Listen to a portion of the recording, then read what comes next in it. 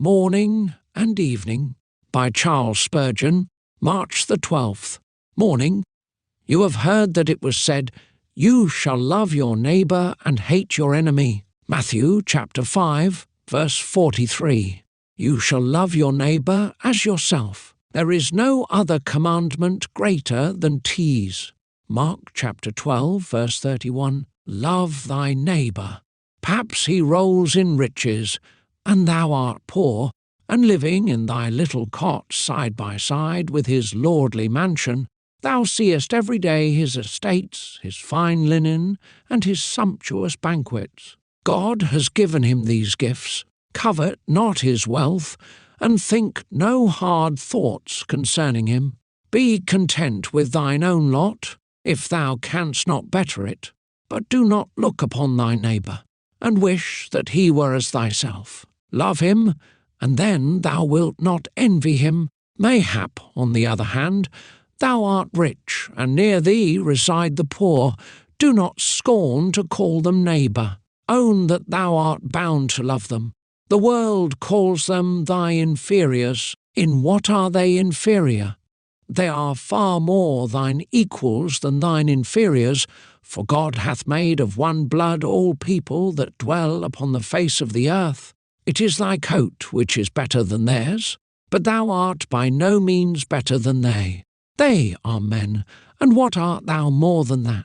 Take heed that thou love thy neighbour, even though he be in rags, or sunken in the depths of poverty. But perhaps you say, I cannot love my neighbours, because for all I do they return ingratitude and contempt. So much the more room for the heroism of love. Wouldst thou be a feather-bed warrior, instead of bearing the rough fight of love?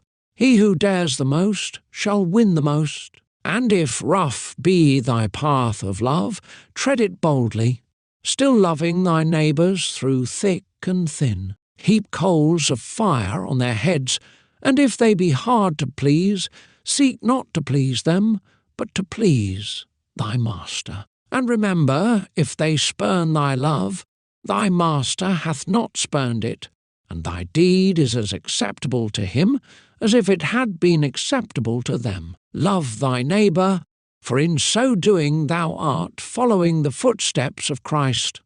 March the 12th, Evening. Then David said to him, To whom do you belong, and where are you from? And he said, I am a young man from Egypt, servant of an Amalekite, and my master left me behind, because 3 days ago I fell sick. 1 Samuel chapter 30, verse 13. No neutralities can exist in religion. We are either ranked under the banner of Prince Emmanuel to serve and fight his battles, or we are vassals of the Black Prince, Satan. To whom belongest thou? Reader, let me assist you in your response. Have you been born again? If you have, you belong to Christ, but without the new birth you cannot be his. In whom do you trust? For those who believe in Jesus are the sons of God.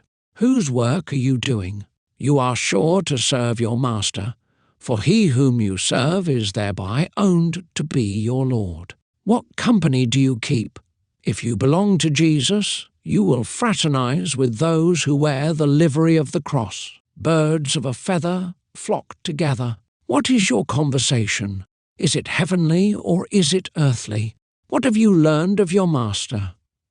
For servants learn much from their masters to whom they are apprenticed. If you have served your time with Jesus, it will be said of you, as it was of Peter and John, they took knowledge of them that they had been with Jesus. We press the question, To whom belongest thou? Answer honestly before you give sleep to your eyes. If you are not Christ's, you are in a hard service run away from your cruel master. Enter into the service of the Lord of love, and you shall enjoy a life of blessedness. If you are Christ's, let me advise you to do 4 things. You belong to Jesus. Obey him. Let his word be your law. Let his wish be your will. You belong to the Beloved. Then love him. Let your heart embrace him. Let your whole soul be filled with him. You belong to the Son of God, then trust him. Rest nowhere but on him. You belong to the King of Kings, then be decided for him.